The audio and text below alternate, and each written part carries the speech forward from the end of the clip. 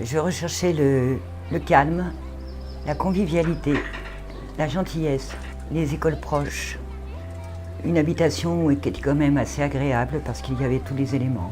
Salle de bain, les toilettes. Et on avait assez de place pour vivre à trois. Ce qui m'a plu dans l'appartement, c'était déjà, je suis rentrée dans la première pièce, c'est-à-dire la salle à manger qui était grande, spacieuse, claire. Ici, j'ai trouvé qu'il y avait un bon mélange, une bonne mixité, quoi, ce qu'il fallait, quoi.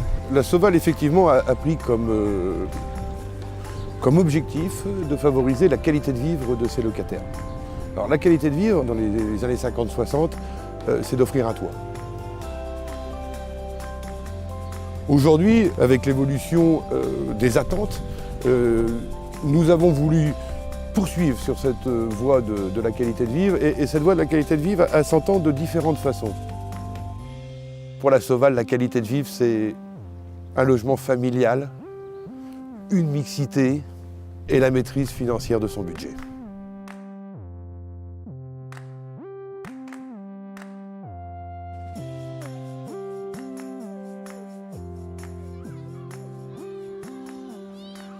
Ma maison idéale, j'imagine une grande maison avec piscine, spa.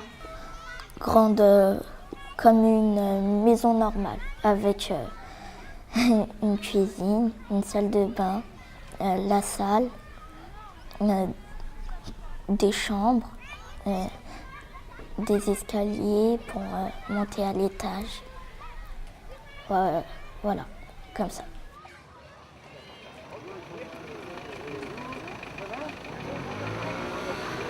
Donc voilà, le programme de la cellophane, c'est 7 logements. On a donc 4 T4, 3 T3. La demande, c'était de concevoir un projet qui soit exemplaire d'un point de vue environnemental et exemplaire d'un point de vue architectural et d'un point de vue des usages. On n'a pas d'ensoleillement, donc pas de bénéfice. Donc on a travaillé sur ce projet de 7 maisons individuelles avec des objectifs de qualité qui passent d'abord par une architecture qui s'intègre dans son environnement. Et puis on a travaillé sur la qualité des espaces des logements, avec des logements qui sont évidemment traversants, des séjours qui sont orientés au sud, pour que du matin au soir, les futurs locataires puissent bénéficier d'un ensoleillement. J'imagine ma maison de demain comme une maison totalement écologique, avec des panneaux solaires, des éoliennes. Et pour qu'elle ne consomme pas beaucoup, je voudrais qu'il y ait un thermostat. Quelque chose pour la douche quand on prend notre douche. Que quand on a utilisé beaucoup d'eau, ça s'arrête. Alors un logement BBC, c'est un logement qui limite le coût au niveau des énergies, c'est-à-dire l'électricité, l'eau chaude, tout ça, par des moyens adaptés, c'est-à-dire panneaux solaires, isolation renforcée et des chaudières à basse consommation pour justement que le coût de l'énergie soit moindre pour les locataires. Pour moi, ça correspond exactement à ce que doit être l'habitat dans le futur, offrir des logements agréables, relativement spacieux, bien faits, modernes, avec des coûts de fonctionnement pour le locataire qui sont réduits, parce qu'une fois qu'ils ont assumé le logement, les charges ne doivent pas les pénaliser outre mesure. Il faut qu'ils puissent s'assumer totalement dans ces logements. Il vaut mieux que ça soit agréable, s'entraider, après c'est mieux d'être comme ça que de tout le temps avoir des problèmes avec les autres. Non, oui, parce que sinon ça ne servirait à rien qu'on est voisins. Si on se parle pas, si on se voit pas, ça veut rien dire. C'est juste pour renforcer les liens.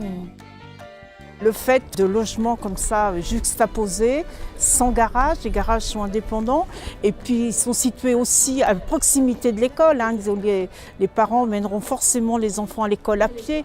Donc on sait bien qu'il y a toutes des connaissances et que les gens pourront facilement vivre ensemble. Et ces petites structures s'y prêtent tout à fait. Je pense que la meilleure définition, c'est le bien vivre ensemble, c'est-à-dire des gens de tous horizons et y compris des gens qui ont des situations financières relativement modestes, mais qui ont beaucoup de qualités et qui peuvent très très bien cohabiter avec d'autres personnes et s'enrichir mutuellement.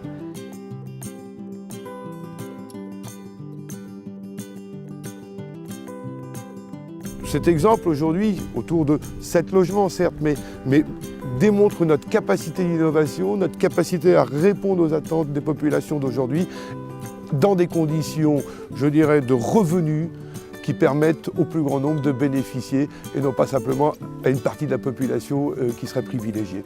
Et c'est tout le rôle d'un bailleur social, je dirais, à l'aune de ce 21e siècle, de savoir répondre à ces défis.